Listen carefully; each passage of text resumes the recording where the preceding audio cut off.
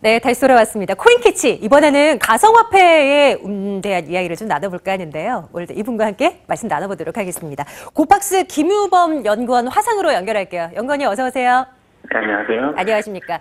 자, 주말 사이 또 가상화폐 움직임이 심상치가 않았는데요. 오늘은 어떤 움직임을 보이고 있을지 궁금한데요. 고박스에 거래되고 있는 코인들의 움직임 체크해 보도록 하겠습니다. 지금 보시는 것처럼 비트코인 한 대는 900만 원 선 더 아래까지 주말 사이에는 떨어지기도 했었잖아요. 좀 반등이 어느 정도 나오긴 했는데 더 올라갈 수 있을까 궁금해지는 오늘입니다. 902만 원대 형성되면서 전일 대비 8% 넘는 상승 기록하고 있고요. 다음 코인도 볼게요. 이더리움입니다. 58만 7천 원 선 3% 강세.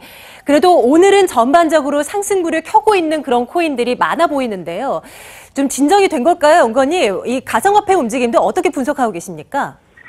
네, 주말 동안에 파악하신 분이라면 이게 얼마 전까지는 상당히 처참한 상황이었는데요. 많은 하락세가 이어졌거든요. 비트코인 같은 경우 작년 11월 이후로 최하점을 찍었고 이더리움 같은 경우는 급락세를 보이면서 해외에서는 500달러 선이 돌파되는 경우도 있었거든요. 이는 지난주에 말씀드렸듯이 구글이 암호화폐 광고를 금지시켰고 그리고 트위터도 암호화폐 광고 금지를 할 수도 있다라는 보도가 나오면서 또한 올해 이번 주에 G20가 월요일과 화요일에 회의를 암호화폐 관련 논의를 하면서 이것이 부정적으로 흘러갈 견해가 그 가능성이 높다라는 견해 때문에 되게 많은 불안 심리가 형성되면서 많이 떨어졌는데 오늘 한국 시각 오늘 새벽 시점에서 금융안정위원회 마카니 회장이 현 시점에서는 암호화폐가 세계 경제 안정성에 큰 영향을 준다고 볼 수가 없다면서 추가 규제를 도입할 예정이 없다고 선언하면서 이것을 G20 쪽에다 전달하면서 이것이 소비 심리자에 반영이 되어서 어느 정도 반등을 하는 데 성공했습니다. 이만큼 소식이 나올 때마다 좀 이동성이 크기 때문에 이 부분은 일단 이 시장에 약간 어쩔 수 없는 점이기도 합니다. 일단은 시세 움직임을 한번 확인해 봤고요. 그럼 오늘 시간에 나오고 있는 이 가상화폐 움직임에 좀 이슈가 될 만한 기사들은 없을까? 한번 점검 들어가도록 하죠.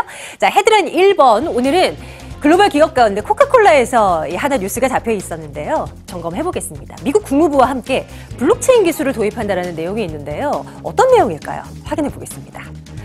자, 음료 업체들의 경우는 대부분 이 원료로 사탕수수를 필요로 하는데요. 이 사탕수수가 생산하는 나라에서 일하는 노동 인력들과 관련해서 그동안 참 문제가 많았습니다. 그래서 코카콜라가 전 세계에서 일하고 있는 직원들을 보호하기 위해 이 블록체인 기술을 도입한다라고 하는데요. 그 강제 노동이 이루어졌거나 아니면 대여섯 살 되는 어린아이들에게도 노동을 요구한 그런 케이스들이 심심찮게 발생됐습니다.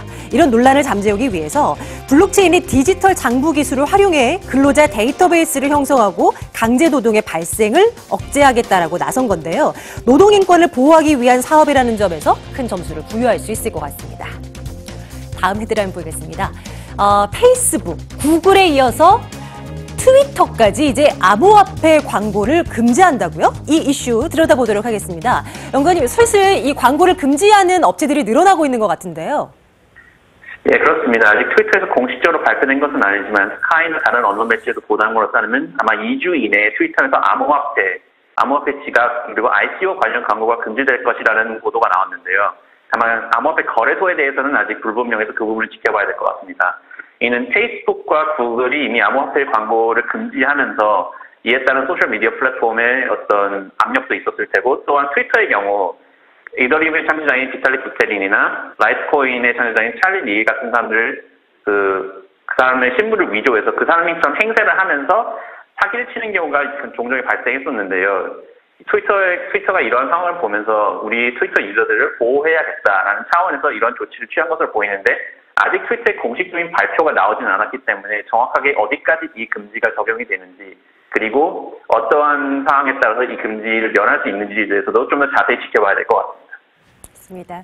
네, 이렇게 이슈 진단을 해보고요. 코인에 대한 공부도 좀 해보도록 하죠.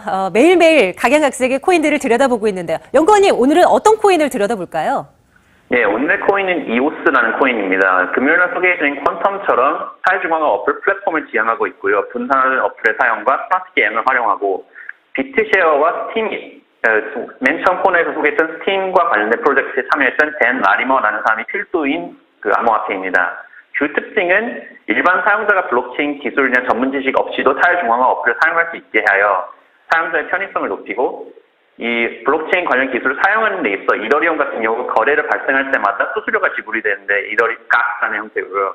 이 사용자가 수수료를 지불하는 형태가 아니라 프로그램의 어떤 개발자가 토큰을 보유함에 따라 그 보유하는 토큰의 양에 따라서 사용할 수 있는 컴퓨터 자원, 뭐 연산 처리력이라든가 저장 공간, 이 변경되는 형태로 결국 끝에 있는 사용자의 입장에서는 무료로 사용할 수 있는 플랫폼이라는 것을 주장하고 있고, 최종적으로 1초당 처리 가능한 연산의 양이 높기 때문에 이것이 이오스 스스로 이더리움의 대항마라고 선언할 수 있는 부분인데요. 이 부분에 대해서는 이더리움의 창시자인 피테린과 댄 라리머 간의 논쟁이 있기도 했는데요. 정확한 결론은 아직 나오지 않은 상태입니다. 다만 이오스에 대해서 한 가지 주의하실 점은 이오스는 아직 발표된 계획에 있던 독자적 블록체인이 없습니다. 현재로는 이더리움 블록체인 상에서 이미 존재하는 상태인데요.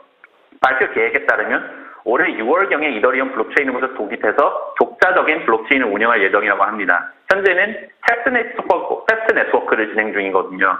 따라서 이 블록체인이 정확하게 나오는 이 시간에 맞춰서 나오고 이것이 어떻게 활용되느냐에 따라서 이 이오스가 정말로 이더리움에 대항할 수 있는 혹은 이더리움을 초월할 수 있는 새로운 플랫폼이 될지 아니면 애석하게도 암호화폐 세계에 가끔 존재하는 어떤 함정이 될지는 두고 봐야 되겠습니다. 다만 지금까지 이오스에서 발표한 계획상으로 실제로 계획을 수행하지 못한 부분은 아직 없기는 합니다. 따라서 이 부분에 대해서는 소비자분들과 투자자분들이 자세히 조사를 하신 다음에 이것을 참여하신 것을 권장드리고요. 이오스의 현재까지의 활동을 보면 비트피넥스, 즉 전 세계 2위 규모의 암호화폐 거래소와 협력해서 탈중앙화 암호화폐 거래소인 이오스피넥스라는 것을 개발 예정이라고 합니다. 또한 위키피디아의 탈중앙화 버전인 에버리피디아라는 탈중앙화 어플리케이션을 지금 운영하고 있고요.